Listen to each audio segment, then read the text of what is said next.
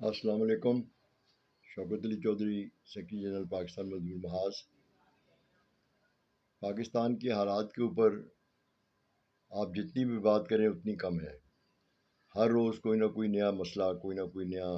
جو ہے وہ بحران جو ہے وہ سر اٹھاتا ہوا نظر آتا ہے، اور موجودہ حکومت،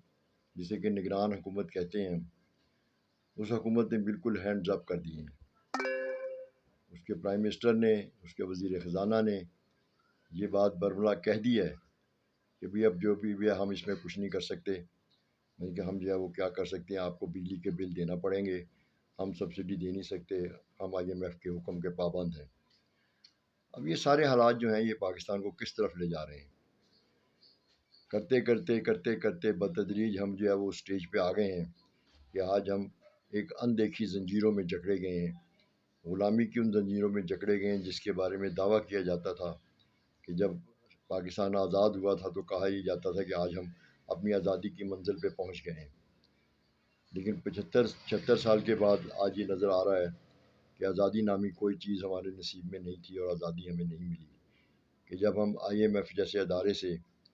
جو ہے وہ تمام اپنے معاملات جو ہے وہ طے کرنے کے لیے اجازت مانگتے ہیں، اور ہم یہ کہتے ہیں کہ وہ اگر ہمیں اجازت نہیں دیں گے تو ہم کچھ کر نہیں سکتے، تو اس کا مطلب ہے کہ ہم نے اپنی آزادی جو تھی وہ گروی رکھ دی ہے۔ تو ان حالات میں یہ 25 کروڑ کی آبادی کا ملک جو ہے، اس کا کیا بنے گا، کس انداز میں اس کی اکانومی آگے بڑھے گی، کس انداز میں اس کی صنعت ترقی کرے گی،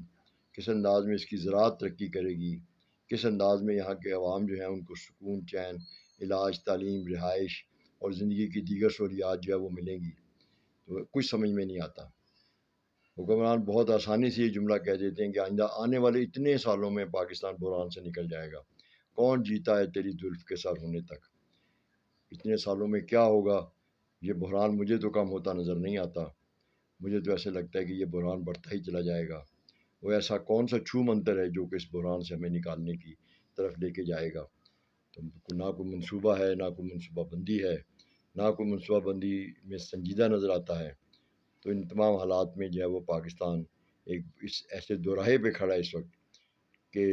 عجیب عجیب خیالات ذہن میں آتے ہیں، ایک تھوڑا خوف محسوس ہوتا ہے، یہ سوچتے ہوئے بھی کہ خدا نہ خواستہ اس ملک کو کوئی نقصان تو نہیں پہنچ جائے گا۔ اوپر سے دہشت گردی کی لہر ہے جو ختم ہونے اور کنٹرول ہونے میں نہیں آ رہی۔ آج بھی اگر آپ دیکھیں تو کل جو ہے وہ فوج کے قافلے پہ حملہ ہوا اور 9 جو ہے وہ ہمارے جوان شہید ہو گئے، اور خودکش حملہ آور نے یہ کام کیا۔ تو اس کا مطلب یہ ہے کہ ہمارے ملک کے اندر، ہمارے ملک کے ارد گرد وہ تمام عوامل موجود ہیں، وہ تمام عناصر موجود ہیں جو اس ملک کی سالمیت کو نقصان پہنچانا چاہتے ہیں، اور ایسا لگتا ہے کہ جیسے ہم ایک بین الاقوامی سازش کا شکار جو ہیں وہ ہو گئے ہیں۔ لیکن بدنصیبی یہ ہے کہ جو ہمارے حکمران ہیں، ماضی کے بھی اور آج کے بھی، ماضی کے حکمران، آج ہمارا ایک بڑا حکمران جیل میں پڑا ہے، اور باقی ہمارے جو حکمران اس کے بعد آئے وہ بہت حکومت کرنے کے بعد 16 ماہ کے بعد وہ ملک سے باہر چلے گئے۔ وزیر خزانہ صاحب بھی ملک سے باہر چلے گئے، وزیر اعظم صاحب بھی ملک سے باہر چلے گئے، پتہ نہیں وہ واپس آئیں گے یا نہیں آئیں گے۔ جیسے پہلے حکمران وہاں موجود ہیں لندن میں، وہ بھی انہی کی طرح انہی کے پاس رہیں گے، اور عوام کو جو ہے وہ بے یار و مددگار چھوڑ دیا انہوں نے۔ اب اس وقت دیکھیں تو مالی بحران جس انداز میں بڑا ہے، بجلی کے بلوں میں ہونے والے اضافے کی وجہ سے، اس کے اوپر لگنے والے ٹیکس جو ہے اس کی وجہ سے، تو عوام جو ہے وہ بلبلا اٹھے ہیں۔ ہر روز خودکشیاں، ہر روز ماؤں کا بچوں کو جو ہے وہ نہر میں پھینک دینا، زہر کھا کر خودکشی کر لینا، سر میں گولی مار لینا، اور یہ واقعہ جو ہے کہ ایک صاحب واپڈا کے آفس میں گئے، جب ان کا بل ٹھیک نہیں ہوا تو ان کو وہیں دل کا دورہ پڑا، وہ وہیں فوت ہو گئے۔ تو یہ وہ بہت سنگین حالات ہیں۔ تو ان حالات میں یہ جتنی پارٹیاں ہیں ہماری، جو سیاسی پارٹیاں عوام کا بہت دکھ درد محسوس کرنے کی باتیں کرتی ہیں اور عوام کا نجات دہندہ ہونے کی باتیں کرتی ہیں، ان سب کی قیادت جو ہے وہ غائب ہے میدان سے۔ یہ ساری کی ساری تحریک جو ملک میں چل رہی ہے، یہ عوام خود چلا رہے ہیں، بے بس عوام جو سمجھ میں جن کے نہیں آتا کہ ہمیں کیا کرنا ہے یا کیا نہیں کرنا۔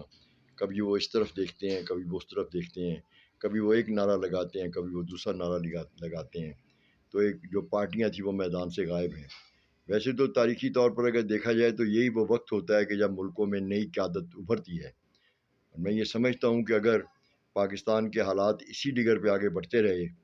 تو کم از کم مجھے تو اس بات پہ بہت پختہ یقین ہے کہ انہی حالات سے نئی قیادت ابھرے گی، اور وہ ایک ایسی قیادت ابھرے گی جو اس ملک کو بحران سے نکال کر لے جائے گی۔ اس ملک میں کروڑوں کے حساب سے محنت کش ہیں، کروڑوں کے حساب سے کسان ہیں، کام کرنے والے لوگ ہیں، ایماندار لوگ ہیں، اپنی محنت بیچ کر جو ہے وہ اپنی زندگی گزارتے ہیں، ان کا گو استحصال ہوتا ہے، وہ مظالم کو دیکھتے ہیں، لیکن ان میں صلاحیت ہے اس ملک کو بچانے کی۔ اور اگر ہم یہ بلکہ اچھا ہے کہ یہ تمام قیادت جو ہے، یہ پارٹیاں جو پاکستان کی مروجہ سیاسی پارٹیاں جو حکومتوں میں رہی ہیں، وہ اگر میدان سے بھاگ رہی ہیں تو میرے حساب سے اچھا بھی ہے یہ کہ ایک نئی قیادت ابھرے گی اور ایک نیا سویرا طلوع ہوگا۔ یہ میرا ایمان ہے۔ میں یہ سمجھتا ہوں کہ پاکستان کے محنت کشوں کو، پاکستان کے مزدوروں کسانوں کو، پاکستان کے دانشوروں کو، پاکستان کے شاعروں ادیبوں کو، پاکستان کے تمام جتنے بھی طبقات ہیں، ان تمام کو جو ہے وہ میدان عمل میں آنا چاہیے، اور اس ملک کی بقا اور سلامتی کے لیے بات کو آگے بڑھانا چاہیے۔